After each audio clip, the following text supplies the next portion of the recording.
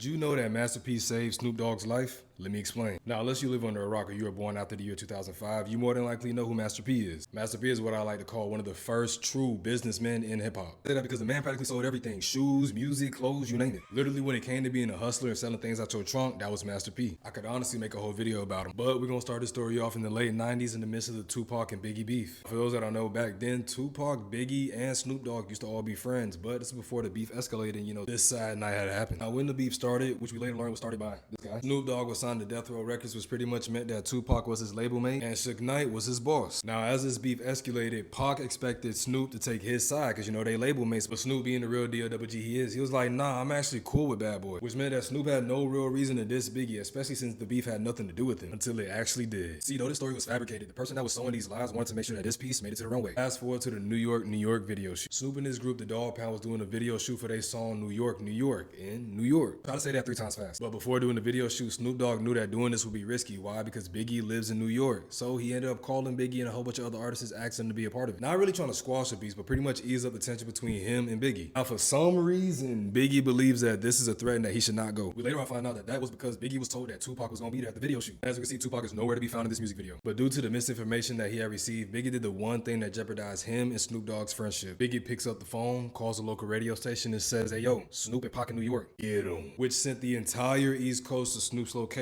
and shortly after, now, honestly, Snoop and his boys made out a lot, but things did get worse from there. When Tupac and Suge found out that Snoop Dogg had went to New York to make peace, they was upset. This would cause Suge Knight, who was behind bars, to make a whole smear campaign behind Snoop Dogg, but that wasn't it. Snoop also said around this time, Suge had sent people to cut his hair for a Benz. For those that don't know, Snoop Dogg's hair played a big part of his image. So not only was he sending people to Snoop Dogg, he was also sending people to cut his hair. All of this happened, and Snoop said he feared for his life, so he decided to take his next opportunity. There was an artist in Cali named Mac 10 who wanted to sign Snoop. So Snoop went to the studio to meet up with him. So Snoop didn't get signed to Mac 10, but he did do a song with Mac 10's friend, Mystical. It just so happens that Mystical was signed to Master P, so when it came to payment, Master P had to pay Snoop Dogg. Being that Snoop was a free agent around this time, he pretty much could name his own price, so he said $3,500. This was actually pretty low for an artist like Snoop Dogg at the time, but he wasn't really making no money, so Master P was like, alright, bet. Master P handed Snoop the check. Snoop said, why we need a check? He said, look down. Master P had given Snoop $35,000. Master P then told Snoop, yo, I want to sign you, and being that Death Row was falling downhill, Snoop was like, bet. But see, Snoop had a problem. Shout out to Zeppy. His problem was that Suge Knight's owned all his masters. So along with signing Snoop, Master P also wanted to make sure that Snoop got all his masters, so he called Suge. And Master P being the real one he is, he didn't just call Suge. Nah, he pulled up on him at the jail. He goes to Suge and he's like, yo, I want to sign Snoop. Suge and me is like, no, dummy. Master P says Snoop was gonna sign a Mac 10 for $1 million.